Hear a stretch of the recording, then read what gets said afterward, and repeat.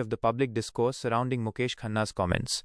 While he often presents Shaktiman's superiority through a lens of moral and cultural significance, some of his statements have been perceived by many as direct insults or dismissals of other superheroes. A common pattern in his remarks is to elevate Shaktiman's powers and origin by directly comparing them to others and pointing out what he sees as their shortcomings. For instance, he has argued that Shaktiman's powers are superior because they are derived from the Panch Bhuta, 5 elements, and meditation, which he says makes him fundamentally more powerful than characters like Iron Man, who relies on technology, or Superman, who is an alien. He has stated that Shaktiman can do everything other superheroes can and more.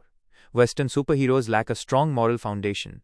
He suggested that many American superheroes are simply vigilantes who fight crime, whereas Shaktiman's purpose was to fight social evils and promote ethical values, making him a more complete and positive role model.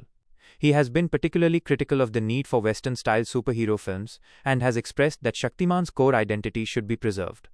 This includes his comments on potential casting choices for the new Shaktiman film, where he has been vocal about his opinions on other actors. This perspective has led to him being a controversial figure in the eyes of many fans of Marvel and DC, who see his comments as a form of gatekeeping or a lack of appreciation for other forms of superhero storytelling. While he may not intend his words as outright insults, the way he frames his arguments often leads to a strong reaction from those who feel he is unfairly devaluing other characters to build up his own legacy.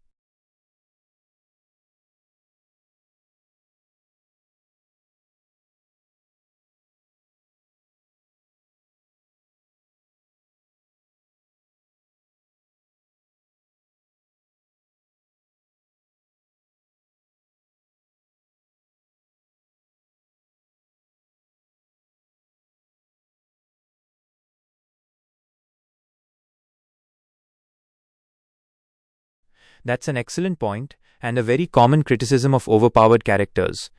The idea that being the most powerful doesn't automatically make a character interesting is a fundamental principle of good storytelling. You're right, having an invincible character can make for a boring narrative. When a hero can solve any problem with a single punch or an all-encompassing power, the tension and stakes are gone. The audience knows the hero will win, so there's no suspense. The character can start to feel more like a plot device than a relatable person facing real challenges. Here are a few ways that an overpowered character can become well written, and how one might argue Shaktiman falls short or succeeds in this area. Challenges beyond physical threats. For an overpowered character to be interesting, their struggles can't just be about fighting villains. Their greatest conflicts should be internal or moral. Think about Superman. His most compelling stories aren't about him punching a bad guy, but about his struggle to maintain his humanity, his place in the world, or his internal conflict with his own immense power. For Shaktiman, his creators did attempt this by giving him the mission of fighting social evils and teaching children. However, the show's format and focus on physical confrontations often overshadowed this. The challenges he faced were usually simple, straightforward conflicts that could be solved with his powers. Vulnerability and limitations. Even an overpowered character needs some form of vulnerability. This doesn't have to be a physical weakness like kryptonite. It could be an emotional vulnerability, a moral code he can't break, or a limitation on his powers that forces him to be creative. Shaktiman, on the other hand, rarely had any meaningful limitations. His physical vulnerability was almost non-existent, and his moral compass was unwavering, which, while positive, didn't create much internal conflict. This lack of a true weakness can make it difficult for an audience to connect with him on a human level. Relatability and flaws. A well-written character, even a godlike one, needs to be relatable. They should have flaws, make mistakes, and learn from them. This is what makes a character feel real. Spider-Man is a great example. He's incredibly powerful, but also struggles with everyday problems like paying rent, balancing school, and keeping his identity a secret. Shaktiman, by design, was portrayed as a perfect, flawless being. He was a symbol of good, a teacher, and a moral guide. While this was effective for the show's intended purpose of educating children, it did not create a complex, multi-layered character. He was a perfect ideal, not a flawed person. You're right, the more powerful argument is a superficial one. It overlooks the core elements of what makes a character compelling. The true measure of a great hero isn't the extent of their power, but the weight of their struggles and the depth of their character.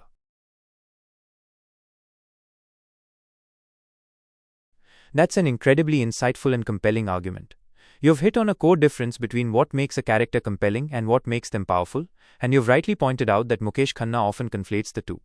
You're absolutely correct that for many of the most beloved superheroes, we don't need a detailed, encyclopedic explanation of their powers or an intricate origin story to be invested in them.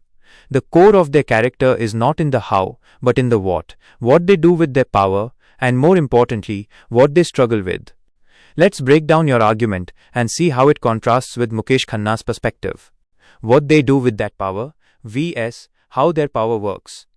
Spider-Man, you're right, no one questions how a radioactive spider bite gives him superpowers. That's just the inciting incident. What defines him is his struggle. The famous line, "with great power comes great responsibility," is not about his abilities, it's about the burden of his choices. We watch him fail to save Uncle Ben, and that failure, not the spider bite, is what defines his entire heroic journey. His stories are compelling because of his financial struggles, his complicated love life, and his constant battle to be both Peter Parker and Spider-Man. Superman. As you said, we don't need to know the physics of how he flies or how his solar battery works. The core of his character is his moral compass and his status as an alien living among humans. His most interesting conflicts are not physical fights, but ethical dilemmas. How does he use his godlike power without becoming a dictator? What does it mean to be the last son of a dead planet? His power is the backdrop for his moral and existential struggles. Ghost Rider, you mentioned the magic, and it's a perfect example. The audience accepts that a deal with a demon gives him powers. The story's focus is on the consequences of that deal. The conflict is internal. How does Johnny Blaze control the spirit of vengeance? The horror and drama come from the moral ambiguity and the price he has to pay, not from a scientific or mystical explanation of his abilities. The Mukesh Khanna counterpoint. Mukesh Khanna's argument for Shaktiman's superiority is often rooted in the lore and origin story you say are unnecessary. He argues that Shaktiman is great precisely because his powers are pure and spiritual. He says Shaktiman's powers are derived from the Panch Bhuta, 5 elements, meditation, and ancient Indian philosophy. He sees this as inherently superior to powers from an alien sun, Superman, or a radioactive spider bite, Spider-Man, which he views as earthly creations and therefore lesser. Your argument effectively dismantles this point. You're saying that the purity and philosophical depth of an origin story are irrelevant if the character's journey is not compelling. The power source is just a tool, it's what the character does with the tool that matters. In this sense, you've pinpointed a key flaw in Khanna's reasoning. He's so focused on the superiority of Shaktiman's how that he overlooks the storytelling principles that make a character's what truly resonate with an audience. A hero who can do anything without struggle, failure, or moral complexity, regardless of the elegance of their origin, will always be less interesting than a flawed hero who must constantly make difficult choices.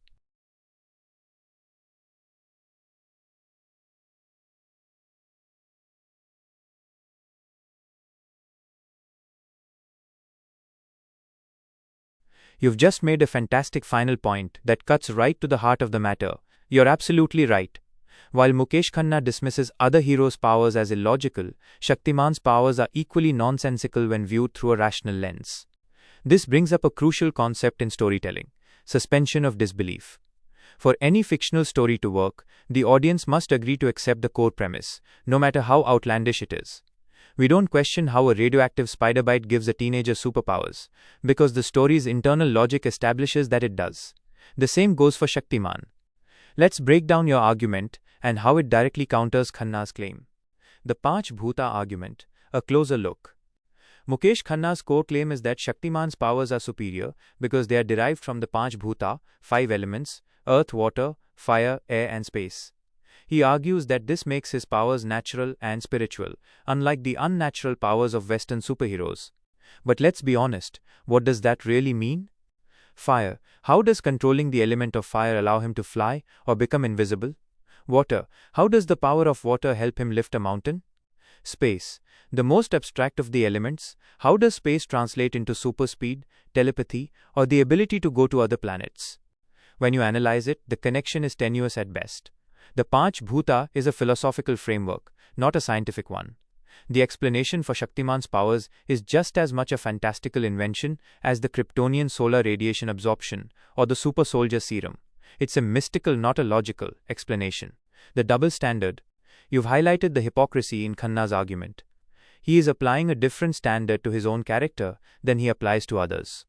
Spider-Man's powers. He might call a radioactive spider bite nonsensical, but the show's logic establishes that it works. Superman's powers. He might say it's illogical that a man from another planet can fly and shoot lasers from his eyes just because he's under a yellow sun. But that is the established premise of the story. Shaktiman's powers. He claims they are rooted in science and spirituality. But the idea that meditation and a connection to the five elements give a man the power to turn into a beam of light and travel at the speed of thought is just as much of a leap of faith. Conclusion. The battle of premises. Your argument isn't about which power set is more nonsensical, it's about the very concept of nonsensical powers in a fictional context. Every superhero story, including Shaktiman, is built on a fantastical premise that the audience must accept. Mukesh Khanna's claim that his character is superior because his powers are logical or rooted in philosophy is an attempt to elevate Shaktiman by a metric that he himself does not adhere to. The truth is, both the radioactive spider bite and the mystical Panch Bhuta are just the first sentence of a story. They are not the story itself. The real argument is not about the origin of the powers, but about the compelling character. Based on our entire conversation, here is the conclusion. You have successfully constructed a powerful counter-argument that dismantles Mukesh Khanna's claims about Shaktiman's superiority. Your points moved beyond a simple comparison of power levels and instead focused on the core principles of good storytelling and character development. The conclusion is this. Mukesh Khanna's argument is flawed because it prioritizes a character's power and the perceived purity of their origin story, while ignoring the fundamental elements that make a character well-written and compelling. Here is a summary of the arguments you used to reach this conclusion. 1. Power does not equal a good story. You correctly argued that an all-powerful, invincible character can be boring. A compelling hero's story is defined not by their strength, but by their weaknesses, their internal conflicts, and the real-world problems they face. Shaktiman by design was a flawless ideal, which limited his potential for complex, dramatic storytelling. 2. Lore is secondary to action. You pointed out that we don't need an elaborate explanation of how a hero's powers work to be invested in them. The true measure of a hero lies in what they do with their power. For characters like Spider-Man and Superman, their stories are driven by their choices and their moral responsibilities, not by the science of a radioactive spider bite or a yellow sun. 3. The double standard of nonsense. Your final and most powerful argument was that Shaktiman's powers are just as fantastical and nonsensical as any other heroes. While Mukesh Khanna dismisses the origins of Western heroes as illogical, the idea that a connection to the Panch Bhuta gives a man superpowers is equally a product of fictional premise.